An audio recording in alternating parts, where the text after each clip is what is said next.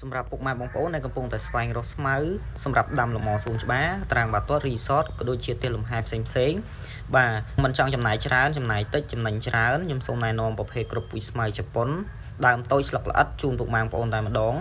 ចំពោះពូជស្មៅជប៉ុននេះអត្រាកាត់ដុះ 95% អត្រាកាត់ដុះខ្ពស់ខ្លាំងមែនទែនហើយចំពោះដីពុកម៉ែបងប្អូនដែលអត់សូវមានជីវជាតិសោះបាទប្រភេទដីខ្សាច់ក៏អាចដាំបានដែរ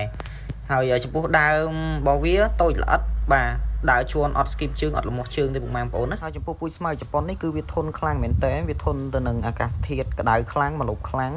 ពុកម៉ែបងប្អូនដាំក្រោមម្លប់ឈើអីហ្នឹងក៏អាចដាំបានដែរប្រភេទពូជស្មៅជប៉ុនហ្នឹងវាធន់ខ្លាំងមែនតើហើយចំពោះសំណោះយើងមានចាប់ពី2ខាំកន្លះដល់ទម្ងន់1គីឡូ1គីឡូដាំបានដី200ម៉ែត្រការ៉េពុកម៉ែបងប្អូនអញ្ចឹងចំណេញច្រើនបើប្រៀបធៀបជាមួយនឹងស្មៅបកបាទចំណេញគុណនឹង4តែម្ដងហើយសម្រាប់ពុកម៉ែបងប្អូនដែលកំងគ្រាប់ពូជស្មៅពីខាងខ្ញុំទៅខ្ញុំមានវីដេអូបរិញ្ញាពីបច្ចេកទេសនៅក្នុងការដាំជូនពុកម៉ែបងប្អូនតែម្ដងចំពោះព័ត៌មានផ្សេងពុកម៉ែបងប្អូនអាចឆាតចូល page ឬក៏ call តាមលេខទូរស័ព្ទដែលខ្ញុំដាក់នៅលើ caption នេះបានខ្ញុំនឹងលម្អិតព័ត៌មានកាន់តែច្បាស់ជូនពុកម៉ែបងប្អូនតែម្ដងបាទសូមអរគុណ